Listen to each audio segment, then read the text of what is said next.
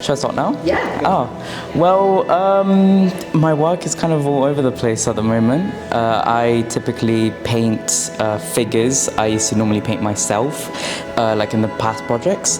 But as of now, I started painting more in a macro level. So I'm looking at more political issues in terms of like fascism and looking back in time. Being an Argentine immigrant, I kind of look a lot at my kind of culture and kind of the history there. So I've kind of started pulling things off like the military aspects that happened in the 80s and 70s in Argentina and putting it in these paintings. I typically look at stories. I love storytelling narratives.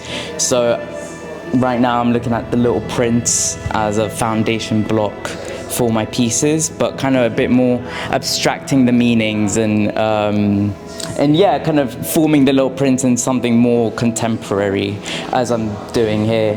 So typically my practice consists of using or looking at different artists and looking kind of elements that I like from them and putting them in my pieces.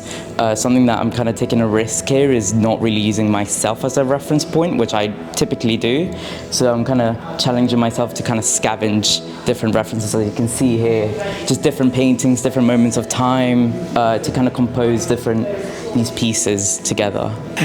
I don't know, I've always been a painter at heart. I started more digital and drawing based when I was younger, like around 14 years old. But after or during like my GCSEs, I started kind of leaning towards painting more acrylic. And it wasn't until late A-level, so year 13, until the beginning of uni, that I started doing more oil-based paintings.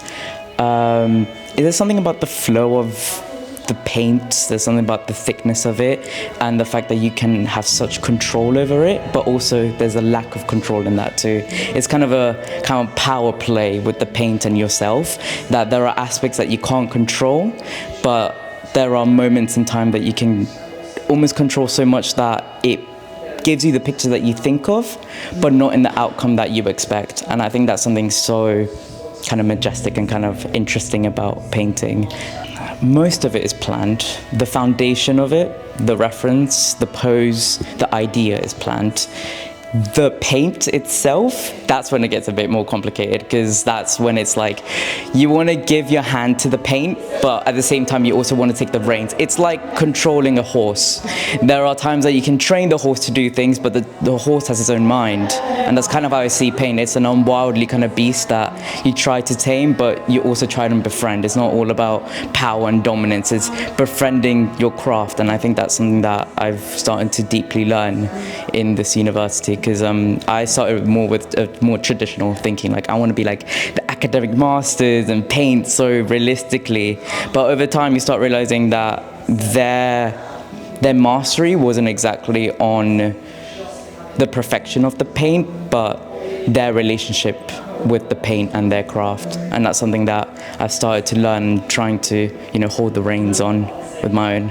And that process. Yeah, from moments where I am thinking of the music whilst I'm painting. There are paintings that are inspired by music, especially with the rhythms of it or the meanings. Like, I think one of my latest pieces was inspired by Bad Bunny's recent album and his kind of joy and passion for Latin America, which is something I deeply felt as well, and that's part of like what inspired this thing too. But in terms of the rhythm of it, I think in some cases if music is a bit more loud, a bit more rough, there is a tendency to apply the paint more thickly. It's also just a balance of emotional states. If I'm more emotional, I would tend to kind of do that. Yeah. But sometimes I just blank out and I just don't really listen to the music at all. And it's just like, I think that's when my headspace gets very focused and I just focus on the details of it. So I guess music influences the emotion of the painting, whilst the more detailed parts are when I'm not really listening and I'm more focused in.